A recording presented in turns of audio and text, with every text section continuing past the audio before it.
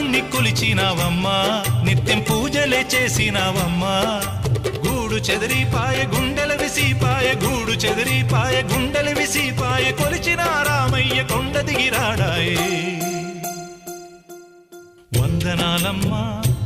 అమ్మా వందనాలమ్మా